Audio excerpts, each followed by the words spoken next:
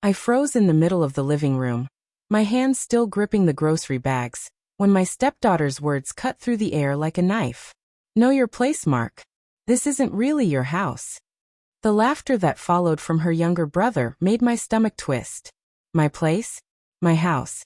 I had signed the mortgage papers, drained my savings, and put every ounce of myself into making this place a home. And yet, standing there with two teenagers staring me down, it hit me. Maybe this wasn't just about them. Maybe this was about something darker I hadn't wanted to face. I set the bags down slowly, keeping my voice steady.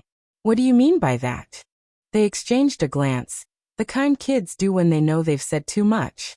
Then, almost defiantly, my stepson muttered, "Mom said you should be grateful. That without her you wouldn't even have us, or this family."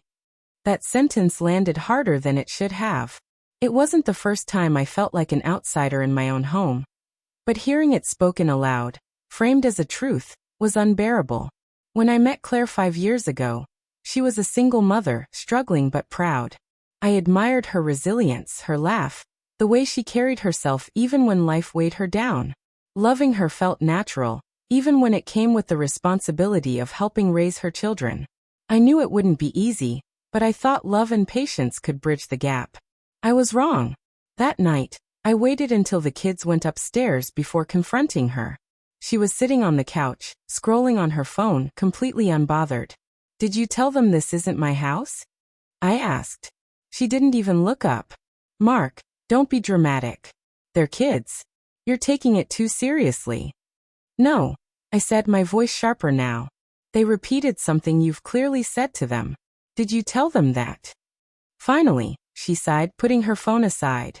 "I might have said something like that in passing. But come on, Mark, don't act like you're some victim here. This is our home. And yes, maybe you pay the bills, but this family was mine before it was yours. You came into our life, remember?" Her words stung because they carried an edge of truth. I had walked into their world. But hadn't I done everything to make it ours? To blend the pieces together? The vacations, the family dinners, the countless late nights I spent helping with homework. All of it suddenly felt like it had been dismissed in a single breath. "I've sacrificed so much for us," I whispered, more to myself than to her. Claire rolled her eyes. "You always make it about money. About what you've given. You think throwing money at things makes you some kind of saint? Maybe if you connected more with the kids instead of acting like their landlord, they wouldn't feel the way they do." The argument could have ended there, another unresolved fight stacked on top of the rest. But something about her defensiveness, her lack of guilt, made me suspicious. For the first time in years, I wondered if there was something more to the distance growing between us. That night, long after she went to bed, I sat alone in the dark, replaying every moment of the past few months. The late-night phone calls she claimed were from work, the sudden gym sessions, the way she guarded her phone like it held state secrets. My gut twisted, screaming what my heart didn't want to believe. I picked up her phone when she left it charging in the kitchen the next morning. My hands shook as I scrolled through her messages. I didn't have to search long. There it was, thread after thread with someone named David. "Last night was amazing. I wish I could wake up next to you every day. He has no idea, does he? Can't wait for this weekend. Just us." The world seemed to tilt beneath me. My breath caught, my vision blurred, and for a moment, I couldn't move. It wasn't just betrayal. It was confirmation that everything I'd feared, every doubt I'd shoved aside, had been real all along.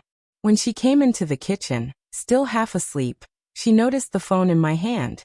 Her face drained of color. "Mark," she whispered, her voice trembling. I held up the screen. "How long?"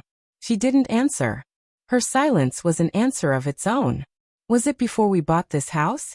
Or after? Was it when I was working late nights to pay for this so-called family of ours? When Claire? Tears welled in her eyes, but all I saw was lies. All I heard were those words her children had thrown at me. "Know your place." My place was never here, was it? I said, my voice breaking. "Not with them. Not with you." She reached out, but I stepped back. The space between us had become a canyon. For the next week, I barely spoke to her.